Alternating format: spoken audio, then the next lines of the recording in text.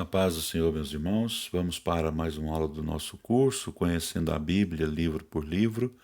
E hoje vamos falar sobre o livro das Lamentações de Jeremias. O título do livro, vamos aqui observá-lo. Os hebreus chamavam o livro, de Lamentações do seguinte nome: Erra, que significa como, por causa da primeira palavra dos capítulos 1. Lamentações 1 e 1 começa: Como está deserta a cidade, antes tão cheia de gente, como se parece com uma viúva, a que antes era grandiosa entre as nações, a que era princesa das províncias, agora tornou-se uma escrava. O capítulo 2 de Lamentações também começa com a expressão hebraica como, erra. Como cobriu o Senhor de nuvens na sua ira a filha de Sião, derribou do céu à terra a glória de Israel, e não se lembrou dos cabelos de seus pés no dia da sua ira.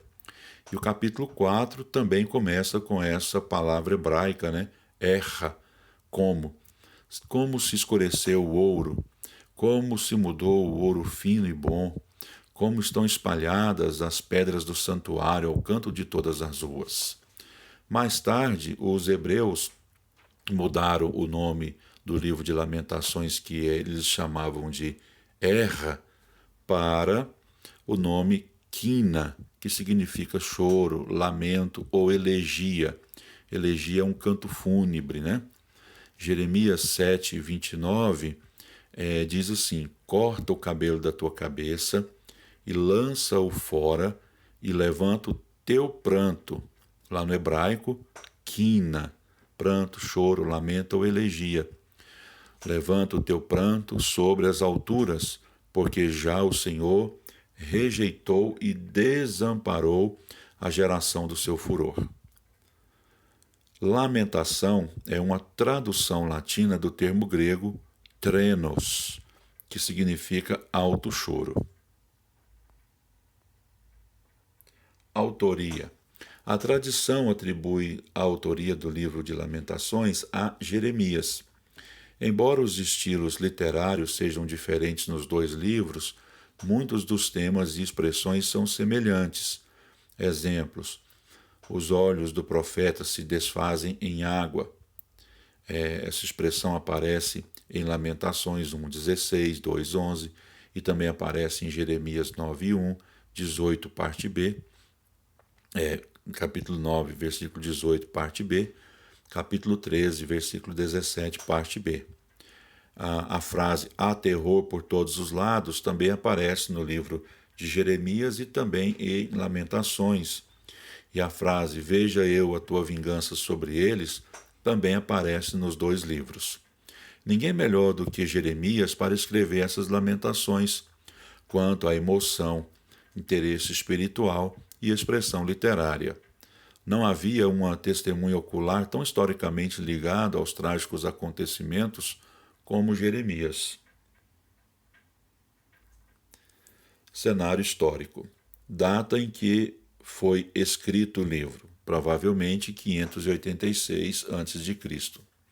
Quanto à data desse livro, há que se considerar dois pontos: as expressões e o conteúdo emocional. O fluxo de pesar expresso sugere uma época logo após a queda de Jerusalém. Sua redação aprimorada. A redação bem elaborada, apresentada em formato de acróstico alfabético, sugere, por um outro lado, um longo período de reflexão e construção literária. É possível que o profeta tenha escrito o livro na esteira dos acontecimentos e que mais tarde tenha formado o texto com os requintes de acróstico para melhor memorização. Cenário político. No cenário internacional, foi essa uma época das nações manobrarem pela primazia do mundo. As três nações mais envolvidas eram a Síria, Babilônia e Egito. Em 626 a.C., Nabopolassar da Babilônia, com o auxílio dos medos, tomou essa cidade das mãos dos assírios que vinham controlando o poderio mundial por quase 200 anos. Em 612, destruíram Nínive e em 610 tomaram Harã. Em 605, a Babilônia derrotou o exército egípcio em Carquemes e assumiu o controle da Palestina. Desse modo, Nabucodonosor chegou ao auge do poder em 605 a.C., na morte do seu pai, apesar do Egito só ser conquistado em 568. Durante a maior parte daquele período, o Oriente Médio esteve em tumulto e Jeremias advertia em vão os filhos de Josias a submeterem-se à Babilônia. No cenário nacional, o período da profecia de Jeremias foi um dos mais tenebrosos da história judaica, pois os pecados dos seus antepassados foram punidos com julgamento divino. Esse julgamento consistiu em 4 tragédias nacionais em Israel. Em 609, Josias foi morto.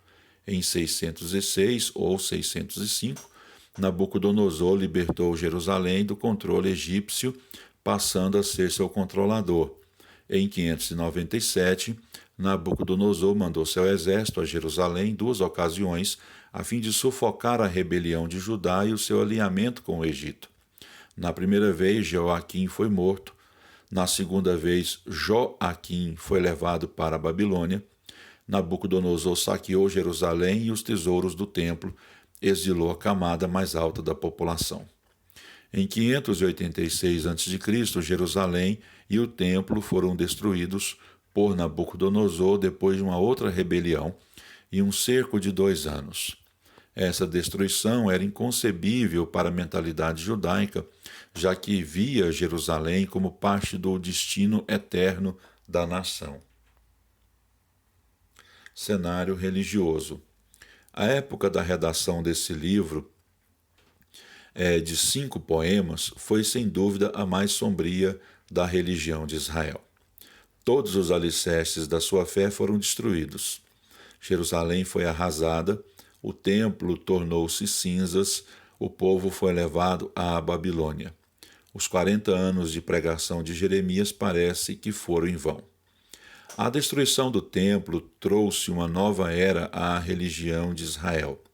Não havendo templo, foi suspenso o sistema ritual de sacrifícios. Na Babilônia, os judeus aprenderam a cultuar e a estudar a Torá em pequenos santuários ou sinagogas. Ali, o fiel lembrava e aprimorava sua fé para sobreviver como raça no meio da cultura pagã. Da fé dos judeus só restou as Escrituras com as promessas do Senhor. Despojados, tiveram de meditar nas profecias e contar com elas mais do que nunca. Objetivos do livro de Lamentações: dar uma expressão literária ao grande pesar dos judeus pela perda do templo e de Jerusalém, pois as lamentações expressam a solidão de Israel quando a glória do Senhor afastou-se. Registrar como o Senhor cumpriu suas admoestações sobre a punição da cidade e do santuário devido ao povo ter persistido na idolatria e rebelião. Lamentações 2:17 diz: Fez o Senhor o que intentou, cumpriu a sua palavra, que ordenou desde os dias da antiguidade, derribou e não se apiedou, fez que o inimigo se alegrasse por tua causa, exaltou o poder dos teus adversários. Lamentações 3:37-39. Quem é aquele que diz, e assim acontece, quando o Senhor o não mande? Porventura da boca do Altíssimo não sai o mal e o bem? De que se queixa, pois, o homem vivente? Queixe-se cada um dos seus pecados.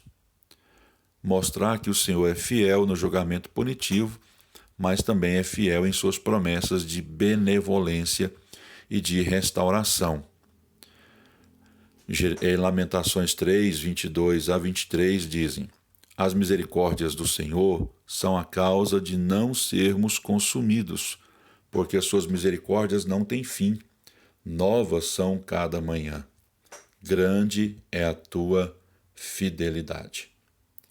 Então termina aqui a nossa aula e na próxima aula vamos falar de novo sobre o livro de Lamentações e até então a próxima aula. Deus abençoe os irmãos. Fiquem com Deus.